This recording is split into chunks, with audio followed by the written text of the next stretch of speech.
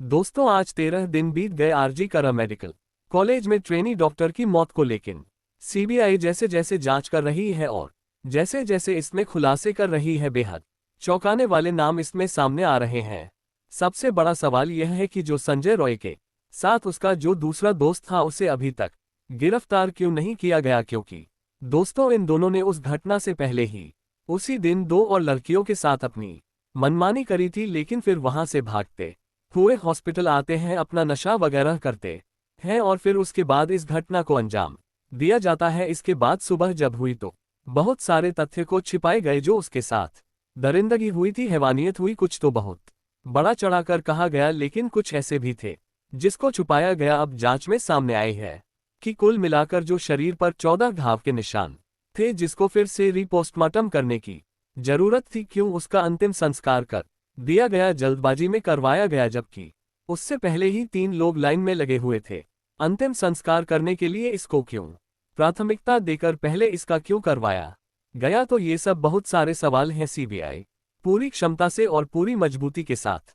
इसमें आगे बढ़ रही है। अभी तक क्या कुछ हुआ है, कौन कौन से नाम इसमें सामने आए हैं, आइए जानते हैं इस वीडियो में। लेकिन वीडियो में आगे बढ़ने से पहले बस ही रिक्वेस्ट कि आप वीडियो को लाइक कर दीजिए, चैनल को भी सब्सक्राइब कर लीजिए ताकि मेरा हौसला बढ़ता रहे। दोस्तों 8 अगस्त की रात जो कुछ हुआ वो हुआ, कितने लोग थे, लेकिन उसके बाद जो घटनाएं होती हैं बहुत नाटकीय होती हैं।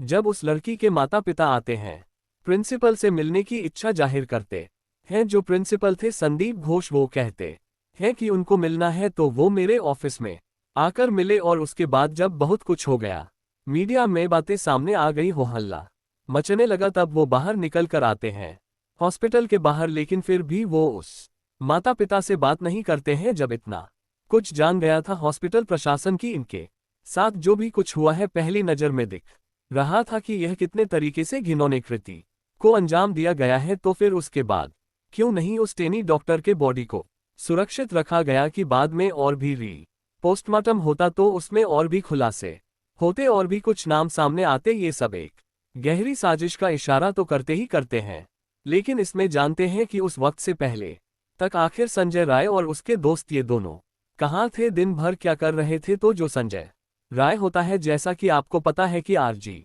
करा मेडिकल कॉलेज की जो पुलिस चौकी थी उसी का वह सिविक वॉलंटियर था। उसके अलावा जो इसका दूसरा दोस्त होता है वह 4th बटालियन में सिविक वॉलेंट्स की बटालियन में। ये दोनों एक अच्छे खासे दोस्त होते हैं। उस दिन सुबह से ही यह दोनों साथ में थे, क्योंकि न दिन बाद दोनों की मुलाकात हो रही थी। उससे पहले जो संजय रॉय था 3 दिन के लिए वह खड़गपुर गया हुआ था, क्योंकि पुलिस की वेलफेयर प्रोग्राम में 3 दिन शामिल होने के लिए वह गया हुआ था। उसके बाद जब वो आया था तो उस अपने मित्र से मिलता है, उन दोनों में बातचीत होता है कि क्या कुछ हुआ और क्या कुछ आगे करना है। दोस्तों दोनों घूमते फिरते जब शाम हो जाती है, तो शाम होने के बाद उनका रोज का यही काम था, अपना नशा वगैरह करता है, दारू शराब पीता है, और उसके बाद ये दोनों लोगों की जो जिस्मानी भूख है वह जगती है, उसको मिटाने के लिए अब ये इधर उधर ताड़ में लग जाते हैं कि कहाँ जाए, किसको पकड़ा जाए, किसके साथ किया। लेकिन जो उसका दोस्त था वह जो है बोलता है,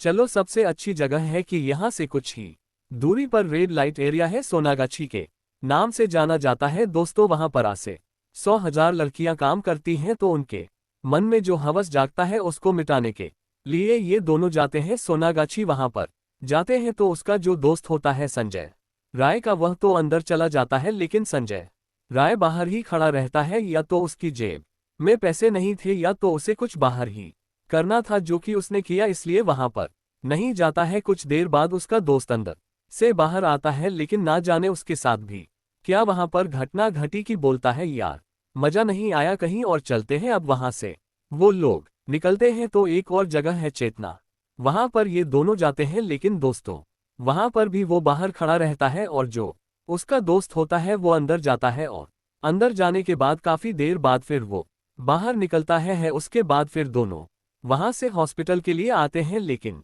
बीच रास्ते में एक महिला मिलती है। संजय राय उस पर भद्दे कमेंट्स करता है, उसे भी छेड़ने की कोशिश करता है, या नहीं कि सारा दिन ये दोनों यही कर रहे थे और उनके दिमाग में इसी टाइप का फितूर उठ रहा था। जब महिला को छेड़ते हैं तो महिला जो है उन पर भड़क जाती है, उन्हें उल्टा सीधा कहने लगती है, तो उन्हें समझ में आ जाता है कि यार लगता है ये शरीफ घर की है, क्योंकि वो लोग जान रहे थे कि ये इसी एरिया की रहने वाली कोई महिला है, इसका भी यही काम है। तो जब वहां से उनको फटकार मिलती है फिर वो दोनों आते हैं हॉस्पिटल में आने के बाद हॉस्पिटल के पीछे जाते हैं और वहां पर दारू शराब पीते हैं। गार्ड्स वगैरह भी उन दोनों को नहीं रोकते हैं, क्योंकि वह पहचानते थे कि ये जो है सिविक वॉटिया है और हॉस्पिटल में इसका घूमना फिरना है, इसकी जान पहचान है, अक्सर आता जाता रहता है। तो उसके बाद वो जो है दोनों लोग शराब पीते हैं। तब तक रात को 11 बज जाते हैं। तो जब रात को 11 बज गए तो जो संजय राय का दोस्त होता है, जो 4th बटालियन में सिविक वॉलेटा होता है, वह कहता है यार मैं घर जा रहा हूं। संजय राय उसको रोकने की कोशिश करता है, कहता है रुको अभी रात बाकी है, बात बाकी है। लेकिन वह कहता है कि नहीं भाई अब तो मुझे घर जाना है, मैं घर जा रहा हूं। फिर वो यू की एक बाइक होती है, आपने ओला यू टैक्सी यह सब सुना होगा, तो यू की एक बाइक वह ऑनलाइन बुक करता है। उसके बाद उसे पकड़कर वो घर चला जाता है रात को 11 बजे के बाद। उसके बाद जो संजय राय था वो फिर कुछ टाइम के लिए कहीं गायब हो गया, लेकिन फिर 350 पर वो हॉस्पिटल के अंदर आता है और सीधा जो है वो सेमिनार हॉल के पास जाता है। वहां पर जाता है क्योंकि पहले से वह आराम करने के लिए वहां पर जाता रहता था। डॉक्टरों के लिए वो जगह थी, क्योंकि डॉक्टर अक्सर वहां पर आराम करते थे। जब वो पूरी तरीके से नशे में हो जाता है तो फिर जाता है सेमिनार हॉल में, एक कुर्सी पर बैठ जाता है। कुर्सी पर बैठ जाता है, इधर उधर नजर दौड़ता है तो देखता है कि जो ट्रेनी डॉक्टर थी वह जो है कंबल ओढ़ के वहां पर सोई हुई थी, बहुत ही गहरी नींद में सोई हुई थी। अब चूंकि वह दिन भर इसी तलाश में था, आपको बताया कि वह किस लिए घूम रहा था, उसके दिमाग में क्या चल रहा था। यहाँ पर जब आता है तब जो है वह कुछ करने की सोचता है, उसकी नीयत डोलती है, वह जाता है। जब कंबल उठाता है तो देखता है कि यह जो है एक लड़की है, एक डॉक्टर है।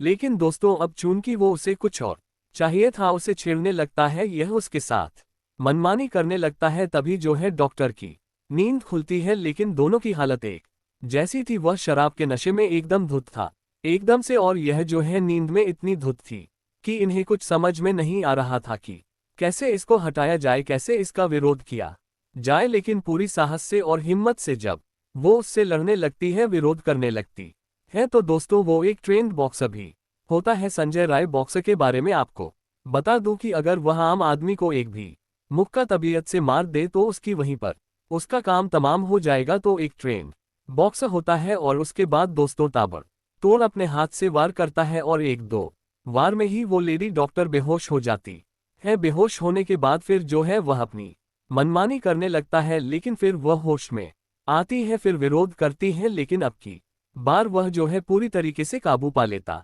है और इतना गुस्से में भर जाता है, वो इतना अग्रेसिव हो जाता है, इतना खुखार हो जाता है कि बिल्कुल ताबड़तोड़ वार करता है। उसके वार को वह ट्रेनी डॉक्टर जो थी वो झेल नहीं पाती है, फिर से बेहोश हो जाती है। तो संजय राय से पूछा गया कि तुमने जो गलत काम किया वह कब किया, वो होश में थी या नहीं होश में थी, उसे खुद नहीं पता कि वो होश में थी या फिर उनकी मौत हो चुकी थी तब मैंने किया, या उससे पहले किया, उसे खुद नहीं पता। लेकिन जो उसे करना था वह तो कर लेता है। तब तक जो है दम निकल चुका था, वह उसको उठाकर एक गद्दा पड़ा था, उस गद्दे पर लिटा देता है और एक नीला सा कंबल उठा देता है और जो हाथ होता है उस हाथ को आंखों पर रख देता है, ताकि किसी को पहली नजर में यह लगे कि यहाँ पर ये लड़की जो है वह सो रही है। उसके बाद दोस्तों वहां से चला जाता है और वापस जाकर बैर में सो जाता है। अब 6 बजे जब एक कोई आता है, जूनियर डॉक्टर होता है या हॉस्पिटल का कोई स्टाफ होता है, वह जब देखता है तो अब वह पास में नहीं जाता, क्योंकि वह इस तरीके से गद्दे पर पड़ी थी कि जैसे कोई सो रही हो और चून की घुटने तक जो है वह कंबल जो है उठा हुआ था, पैर दिख रहा था। तो वह जाना उचित नहीं समझा, सोचा कोई महिला है, सो रही है और उसके कपड़े व्यस्त है, तो इसीलिए वह पास में नहीं गया, बस दूर से ही देखकर चला आया कि कोई सो रही है, वहां पर जाना मेरा ठीक नहीं है। उसके बाद फिर 6:30 बजे जाता है कोई, तब तक सेमिनार हॉल में नेचुरली उजाला हो चुका था, क्योंकि सुबह हो चुकी थी, धूप निकल चुकी थी। जब वह जाता है तो देखता है कि इस तरीके से भी कोई महिला कैसे सोती है, इतना भी कोई बेफिक्र होकर नहीं सोती है कि इस तरीके से कपड़े अस्तव्यस्त हो और आधा जो है शरीर वो दिख रहा हो। यही सोचते सोचते वो पास में चला जाता है, लेकिन जब पास में जाकर देखता है, चेहरा देखता है और अड़प के निशान देखता है, आसपास में जो धब्बे होते हैं वह सब देखता है लैपटॉप वगैरह बिखरा हुआ था, पानी का बोतल रखा हुआ था बगल में, जो है इलेक्ट्रिक वायर थी। यह सब कुछ जब देखता है तब उसे समझ में आ जाता है कि वास्तव में यह एक जो है मृत शरीर है, और यह भी अंदाजा लगा लेता है कि इनके साथ क्या कुछ हुआ होगा। उसके बाद वह आता है बाहर, शोर मचाता है। तब तक पुलिस आती है, अपनी जांच करती है। कोलकाता पुलिस और जांच में जो ब्लूटूथ वहां पर मिला था उसका टूटा हुआ उससे जो है कनेक्ट करते हैं, क्योंकि सीसीटीवी में देखते हैं तो वो दिख जाता है कि यही एक बंदा है जो कि रात को 3 बजे वहां पर गया हुआ है। आखिरी व्यक्ति यही है। उसके बाद मिलान करते हैं तो उसे पकड़ते हैं। अब जो है खुलासा होना जो बाकी है उसमें यह है कि जब उसका पॉलीग्राफ टेस्ट होगा, क्योंकि हॉस्पिटल में जो सामने आ रहे हैं कि ड्रग्स रैकेट चल रहा था, सेक्स रैकेट चल रहा था, मानव अंगों की तस्करी चल रहा था, उसके अलावा बहुत सारी बातें, भ्रष्टाचार वगैरह, राजनीति वगैरह, ये सारी चीजों का जांच होना बाकी है। और जब उसका पॉलीग्राफ टेस्ट होगा संजय राय का, तो उसे यह पता लगाने की कोशिश करेगी कि क्या किसी के कहने पर उसने ये सब किया है, या फिर खुद अपनी जो है खुद की उसकी अमंशा थी और फिर उसने ये सब किया था। लेकिन सवालों के दायरे में जो बहुत सारे लोग हैं, इसमें प्रिंसिपल तक हैं, इसमें अभी तक ये हो रहा था कि और 4-6 लोग उसमें शामिल थे, क्योंकि एक अकेला आदमी कर नहीं सकता था। लेकिन पुलिस का मानना यही है कि वो एक ट्रेंड बॉक्सर था और एक गहरी नींद में सोती हुई उस ट्रेनी डॉक्टर पर उसने आसानी से काबू कर लिया था। लेकिन दोस्तों, अभी भी जांच होना बाकी है। जांच जो चल रही है उसमें देखते हैं कि आगे क्या होता है। लेकिन जो भी कुछ हुआ बहुत बुरा हुआ। सवालों के घेरे में निसंदेह जो प्रिंसिपल हैं, वहां के पूर्व प्रिंसिपल थे संदीप घोष, वह आ रहे हैं, क्योंकि उन्होंने जो है कोऑपरेट नहीं किया उनके पेरेंट्स के साथ, और उन्होंने पहले बताया कि तबीयत खराब है। उसके बाद उन्होंने, आप सभी लोग जानते हैं, कि फोन करके बताया कि आपकी बेटी ने अपनी जीवन लीला समाप्त कर ली है। लेकिन पहली नज़र में उन्हें पता चल गया था कि आखिर में यहाँ पर क्या हुआ है। उसके बाद उन्होंने उसी हॉस्पिटल में अपने ही डॉक्टरों की देखरेख में उस बॉडी का पीएम पोस्टमार्टम करवाया, और उसके बाद फिर वो जो है माता पिता को सौंप देते हैं और अंतिम संस्कार भी हो जाता है। जल्दबाजी में ये सब क्यों हुआ, कौन से थे वो लोग सबूत मिटाने वाले, लेकिन अभी तक जो सामने आ रहा है उसमें यह नहीं पता चल रहा है कि असल में कितने लोगों ने उस घटना को अंजाम दिया था। तो दोस्तों, सबसे बड़ा सवाल यह है कि इसमें एक शामिल था या और कई लोग शामिल थे। कमेंट करके आप भी अपनी राय दीजिए। और आज के लिए बस इतना ही, फिर मिलेंगे अगले वीडियो में। तब तक के लिए जय हिंद।